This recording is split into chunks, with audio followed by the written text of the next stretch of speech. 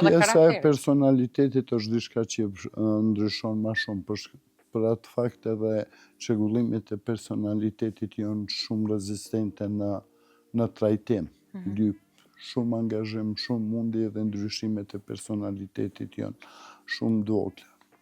Janë karakteristikat të cilat në momentin kur ne vetëdijsohemi, ne punojmë me vetveten për me ndryshu. Por nëse i marrim yjet dhe gjithësinë, ne dim se ka plot yje që janë me shumë vite dritë. Do me thonë, pozita e një ylli të mbasëllës ju përsaktoni për ta.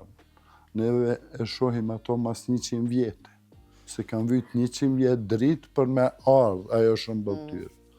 Edhe tash me i marrë diçka që ka qenë dikun 100 vjetë, dikun 50 vjetë, dikun 1 vjetë drite, edhe ne tash i shohim ato edhe në bazë të asaj kemi e përsaktu tash. A është diçka që ka ndodhë para 50 vjetë, apo me e marrë diçka që ka me ndodhë për një yll cëllin ne po e shohim shëndritjen e tij mas 50 vjetë.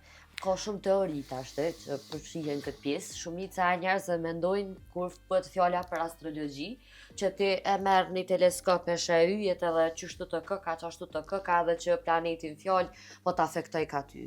Po në realitet është pak ma ndryshe, me qenë se yjesit ndryshojnë vazhdimisht, horoskopi nuk është i bazum në yjesit, është i bazum në mitologjin, është i bazum në historin që janë kriju mbrapa aty në yjesive mira vjetë më parë. E jonë çka është ndodhë për momentin me dëmës. A është kjo veç studim, a ka të bëjë edhe pak me, ndoshta me aftësinë tënde personale, shembull, unë kam dëgju që nëse nuk e ke pas gjyshën ose nonën, ose dikon që ka lexu kafe, si kjo lidhet edhe pak me këtë pjesën e leximit të kafes, që nuk e ka aftësinë për me të lexu ty.